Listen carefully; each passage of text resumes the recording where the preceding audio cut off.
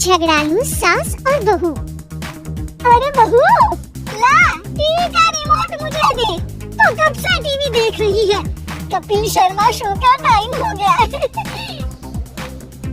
जरा रुकिए माँ जी, अभी तो मेरा सीरियल शुरू हुआ है।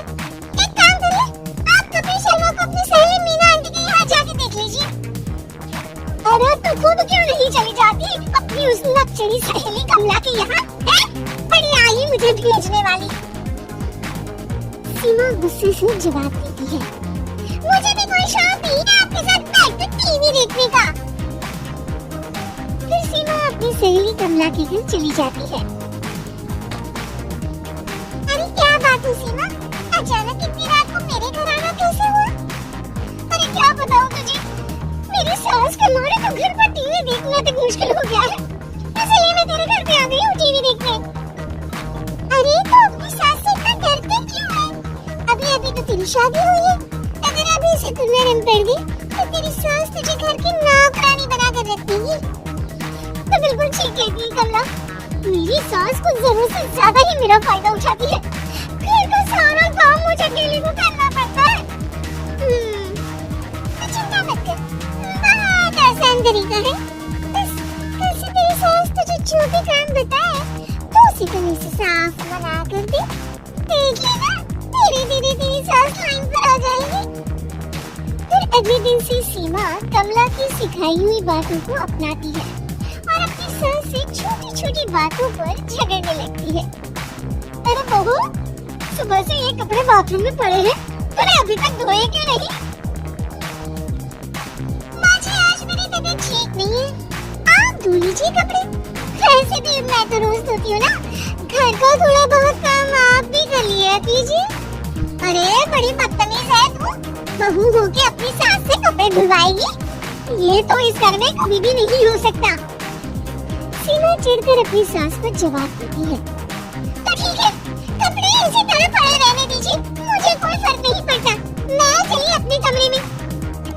फिर अगले दिन, अरे सीमा, तुमने अभी तक मेरे कपड़े नहीं धोए, तो ऑफिस क्या पहन कर जाऊंगा? सुनिए जी, मैं आपसे साफ साफ कह देती हूँ, अपनी माँ से कहिए कि घर के काम में मेरा हाथ बटाया करे, या फिर एक नौकरानी का इंतजाम कर दीजिए। मैं अकेले इस घर का सारा काम नहीं कर सकती। अपनी पत्नी का ये रुख देख सुरेश बिना कुछ कहे चुपचाप अपने ऑफिस चला जाता है। फिर उसी शाम, अरे बहू, रात के 8 बज गए हैं और अभी तक तुम्हें खाना नहीं बनाया, तो आखिर कर क्या रही है? आज मेरे खाना बनाने का मूड नहीं है, आज खाना आप बना लीजिए या फिर रेस्टोरेंट से मंगा लीजिए ना। अरे बड़ी अजीब है तू, अगर मुझे ही खाना बनाना था तो मुझे क्यों बहू बनाकर अपने इस घर में लाई हूँ?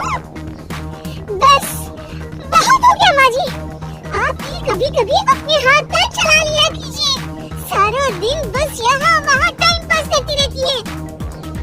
भगवान, वो कौन सी मनहूस घड़ी थी जब मैं इसे अपनी बहू बनाकर इस घर में लाई थी।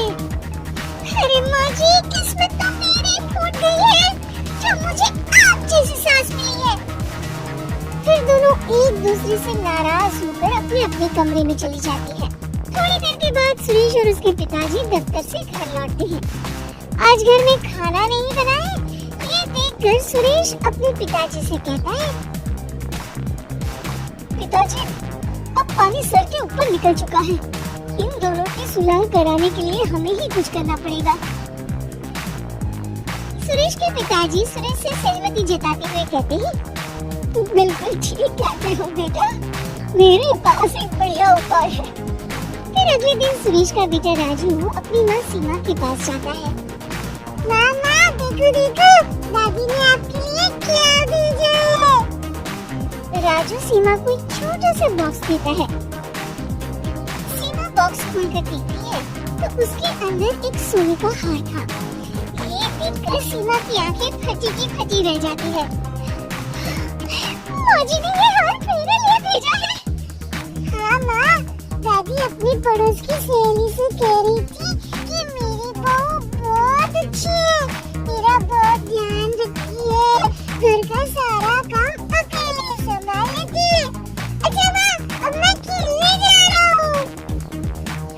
वहाँ से चला जाता है।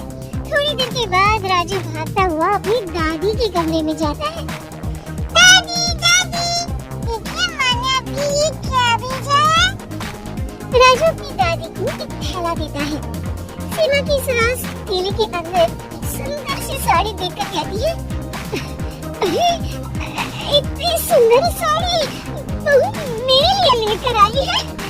हाँ दादी, माँ तो अपनी सहेली कमला से कह रही थी तेरी सास बहुत अच्छी है, मेरा बहुत ख्याल रखती है।